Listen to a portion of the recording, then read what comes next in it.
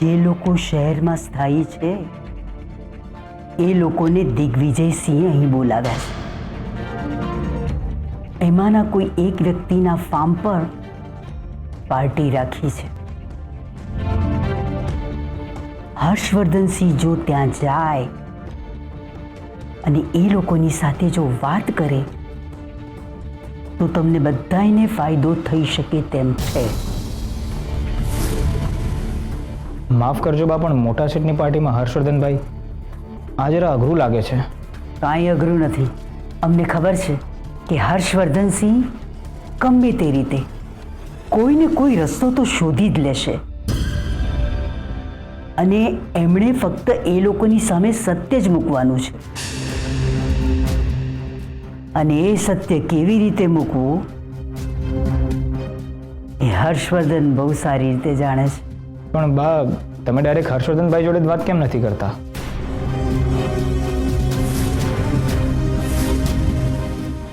માફ કરજો, હું જરા તમારે ચૂંટણીના ઘણા કામ હશે, પણ આ અમારી વાત એમના સુધી જવી જરૂરી છે અને આ વાત અમે તમને નથી કહી। હા, આ વાત અમે તમને નથી કરી। ઠીક છે, જઈ શકો છો। જય સોમનાથ। જય સોમનાથ।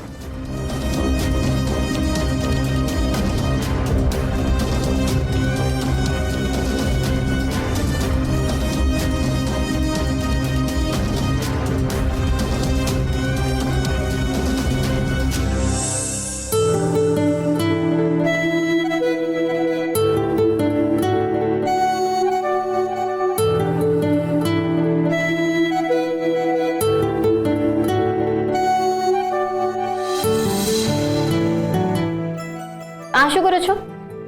અમુક જૂના મતદાતાઓની યાદી છે જે અમુક લોકો ગામમાંથી શહેરમાં જઈને સ્થાયી થઈ ગયા હતા, પછી ક્યારે મત આપવા પણ આવ્યા નથી। અચ્છા, લગભગ 300-350 જેટલા લોકો છે। તો હવે એમનું શું કરશો? એમને કોન્ટેક્ટ કરવાનો ટ્રાય કરીશું, જોઈએ। બાએ બહુ સારો આઈડિયા આપ્યો નહીં તમને?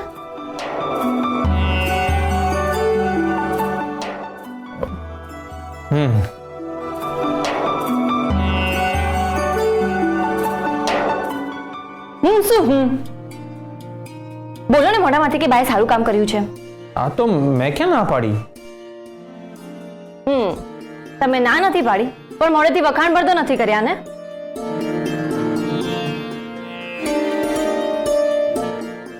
નાના શેઠાણી, અંદર આવું? હા। નાના શેઠાણી, તમારા ડેડી આવે છે। સારું, એમને કહું આવું છું, જાઓ। પપ્પા અત્યારે અહીં? હા, ખબર નહીં। કે સર, કાલે પણ તું એમના પર અકળાઈ હતી। નક્કી તમારી વચ્ચે કંઈક થયું છે, તું તો મને કહી નથી રહી। પહોંચતા મને થોડો સમય આપો, હું બધું જ કહીશ। Anything serious? સિરિયસ છે પણ અને નથી પણ, બટ તમે ટેન્શન ના લો, હું મેનેજ કરી લઈશ।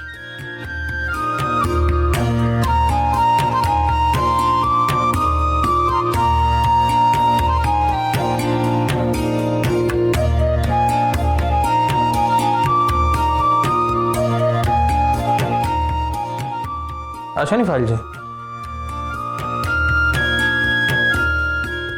પહોંચતા મેં તમને કહ્યું ને, મને થોડો સમય આપો, તમારા બધા જ સવાલોના જવાબ મળી જશે।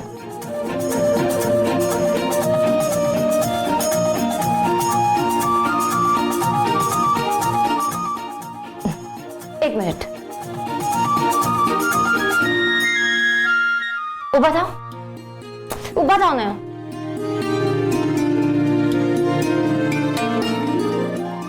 અરે, શું કરી રહી છે?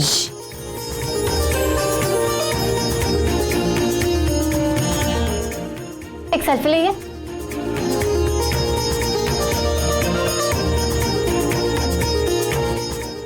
તમારી ડેશિંગ સ્માઇલ આપો.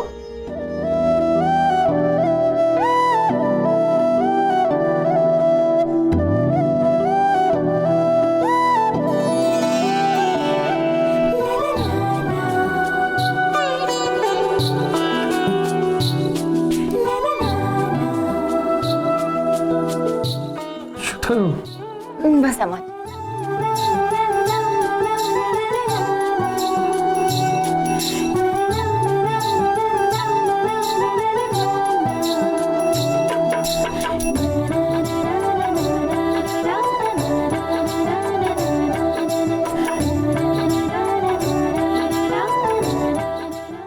હું જાઉં?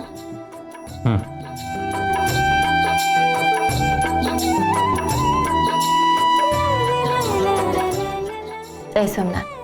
જય સોમનાથ.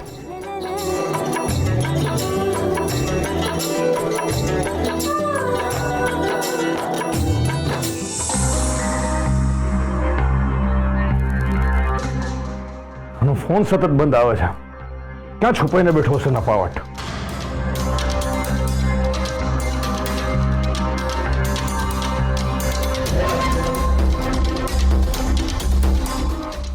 શું થયું ડેડી?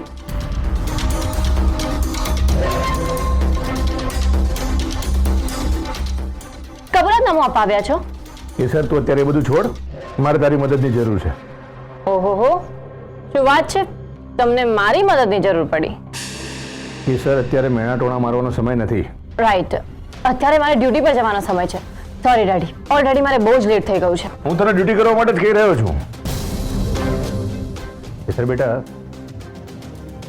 મારી સાથે ચીટિંગ થઈ છે. શું? આ તો બ્રેકિંગ ન્યૂઝ થઈ ગઈ.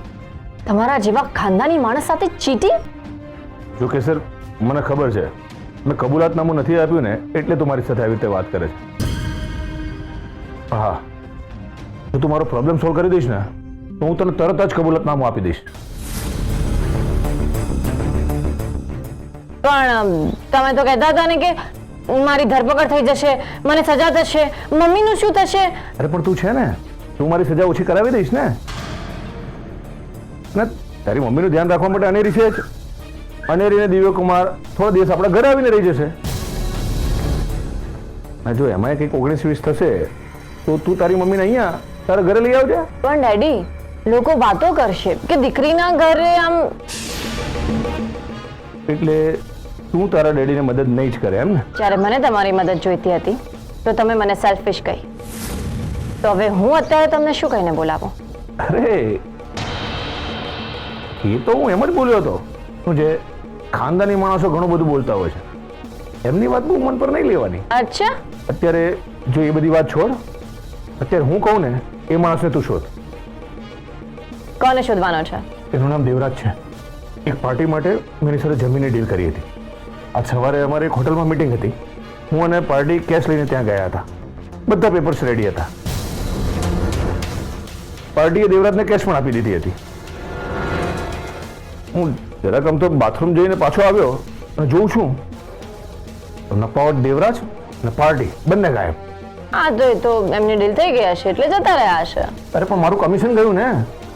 મેં જમીનનો સોદો કરાવ્યો એટલે દેવરાજ પાસેથી મારે કમિશનના રૂપિયા લેવાના થતા હતા. કેટલા? જો અત્યારે એ બધું ઇમ્પોર્ટન્ટ નથી. પહેલા તો દેવરાજને શોધ અને એની પાસેથી મારા રૂપિયા અપાવ. ઠીક છે, જોઈશ. હું જોઈશ. હા, એ માણસ ક્યાંનો ક્યાં જતો રહેશે. તાબડતોબ એક્શન લે. તારે ખબરીને કે દેવરાજની તપાસ કરે. હા, પોલીસ ફોર્સને એલર્ટ કર જલ્દી. તાબડતોબ કબૂલાતનામું આપું છું એવું કહ્યું હતું તમે? તમે શું કહ્યું હતું? હું જોઈશ, વિચારીશ, અને પછી વિચાર પણ ના કર્યો. એટલે તારા ડેડી સાથે તું આવું કરીશ? અને ડેડીએ પોતાની દીકરી સાથે જે કર્યું એ યાદ છે ડેડીને?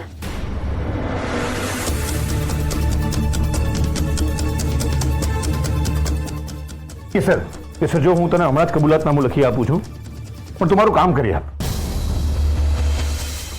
એમ?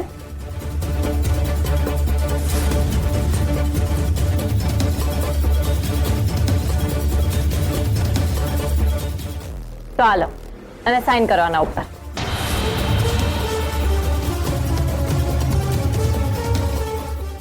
કબૂલાતનામું તૈયાર છે. એક કામ કર, આ તું મને આપી દે, હું ઘરે જઈ શાંતિથી વાંચી અને પછી સહી કરી આપું છું. અત્યારે અહીંયા મારી સામે.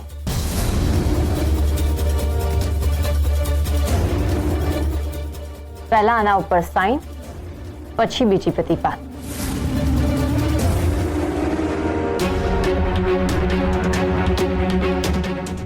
ડેડી, આમ ગુસ્સે ના થાવ. આ મેં તમારી પાસેથી જ શીખ્યું છે. તમે મારા એક એવા ટીચર છો જેણે મને શીખવાડ્યું છે કે તમારા જેવા લોકોને સીધા કેવી રીતે કરવાના. સાઈન કરો છો કે હું જાઉં? કેસર મારી વાત નહીં માને, મારે એને ધમકી આપવી પડશે. કઈ વાંધો નહીં, હું મોટી ચોકીએ જઈશ. ઓકે, તો જાઓ, મારું એટલું કામ ઓછું. ઠીક છે, હું જાઉં છું. 70% બ્લેક મની અને 30% વ્હાઇટ મની.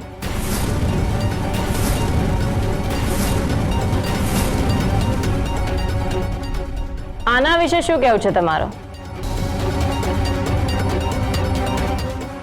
તને મારી ડીલ વિશે કેવી રીતે ખબર પડી? ડેડી, હું પોલીસ ડિપાર્ટમેન્ટમાં છું, કોઈ કરિયાણાની દુકાન નથી ચલાવતી. એટલે તે મારી ડીલ વિશે? હા, મારા ઇન્ફોર્મર પાસે મેં તમારી ડીલ વિશે જાસૂસી કરાવી હતી અને એમાં મને ખબર પડી કે તમારી આ ડીલ ઇલીગલ છે. એટલે હવે ડિટેલમાં કહેવાની જરૂર નથી કે મેં શું કર્યું. એટલે હવે જો તમારે તમારા રૂપિયા જોઈતા હોય તો સાઈન તો કરવી પડશે, નહીં તો તમારા રૂપિયા ભૂલી જાઓ.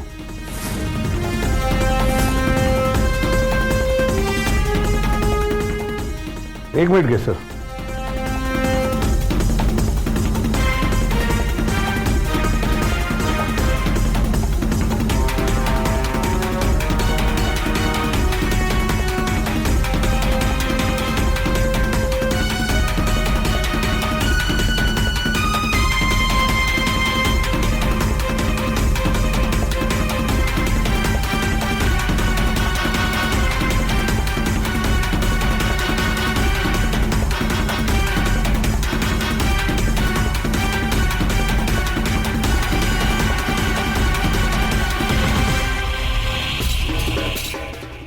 આટલો તો વિશ્વાસ રાખ મારા પર, મારી જ સાઈન કરી છે. તમને એક એડ્રેસ મોકલી રહી છું, ત્યાં પહોંચી જજો. તમને દેવરાજ મળી જશે અને તમારા રૂપિયા પણ મળી જશે.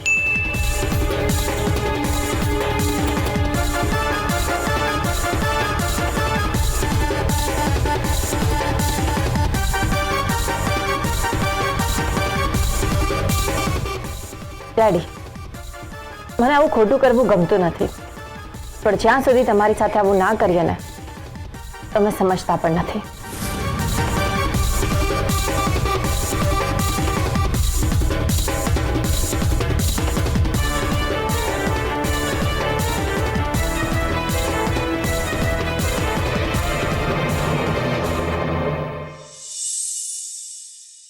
હા કેદારભાઈ, બોલો.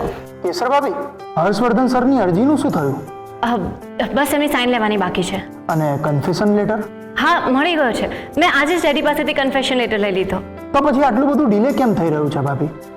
તે દિવસે મેં તમને પૂછ્યું હતું ત્યારે તમે જવાબ ના આપ્યો, એટલે હું સમજી ગયો હતો કે તમે હજુ હર્ષવર્ધન સર સાથે વાત નથી કરી.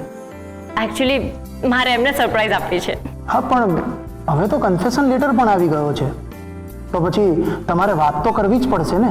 યસ યસ, આજે જ લેટર આવ્યો છે ને, હું ફોજદાર સાથે વાત કરી લઈશ. Thank you sir.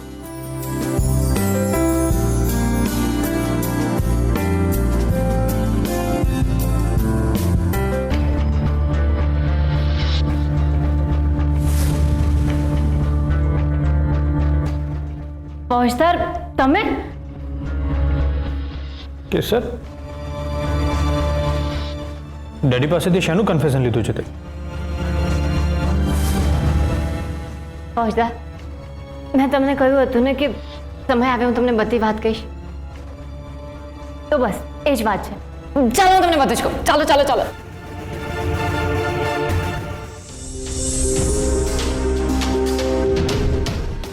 પણ કિશોર તે બધું મને પહેલા કેમ ના કહ્યું કે તું આ બધું કરી રહી છે? કારણ કે ફોજદાર, મારે તમને સરપ્રાઈઝ આપી હતી. મારે સતત એ વિચારો આવતા હતા કે તમને વર્દી પાછી મળી શકે છે. એ જાણીને તમે કેટલા ખુશ થઈ જશો.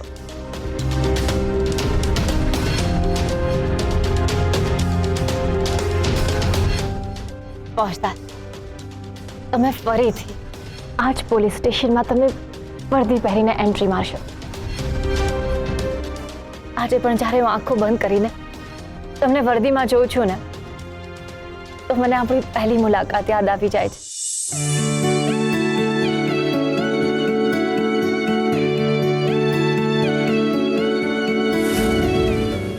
ફોજદાર, આજે પણ જ્યારે હું આંખો બંધ કરીને તમને વર્દીમાં જોઉં છું ને,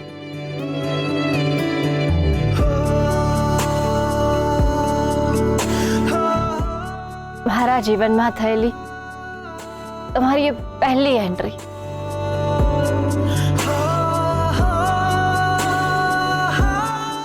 ડોગુ ડોગુ ડોગુ કરીને બુલેટ પર તમારું આવવું, પછી બુલેટ ઉપરથી ઉતરવું,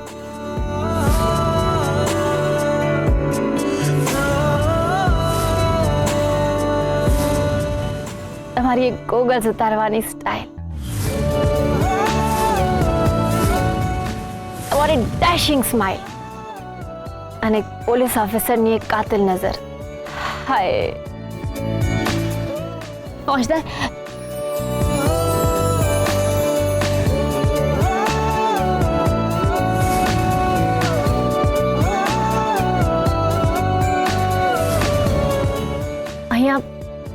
અહીંયા તમારી નેમ પ્લેટ હશે, હર્ષવર્ધનસિંહ. તમને વર્દીમાં ફરીથી જોઈને હું એકદમ ગદગદ થઈ જઈશ. તમને તમારી વર્દી પાછી મળશે જ. તમારે ફક્ત એક સાઇન કરવાની છે. તમે મને આજે સાઇન કરીને આપી દેશો ને? હા, તમે મને આજે સાઇન કરી આપશો ને? કિશોર, તમે સર જમી લેજે, જમવાનું ઠંડુ થઈ જશે.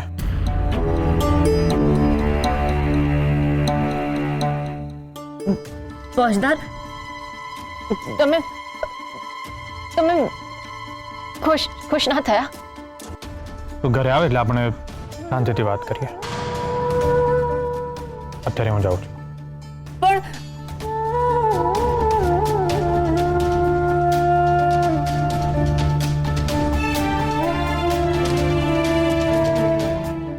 પછી વાત કરીએ.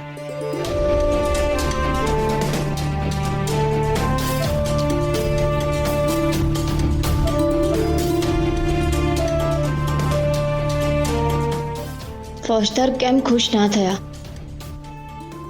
એમણે કઈ જ રિએક્ટ ના કર્યું? મેં આ વાત એમનાથી છુપાવી હશે એટલે?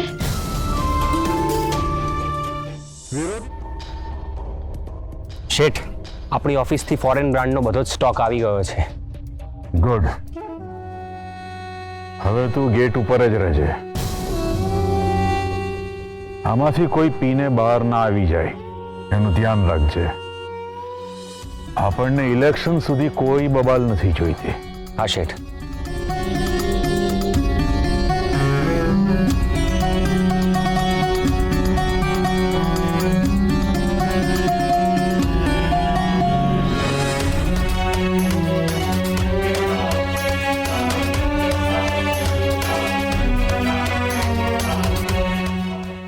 કેવું છે બધી વ્યવસ્થા? બધા મજામાં. બીજો સ્ટોક આવી ગયો છે.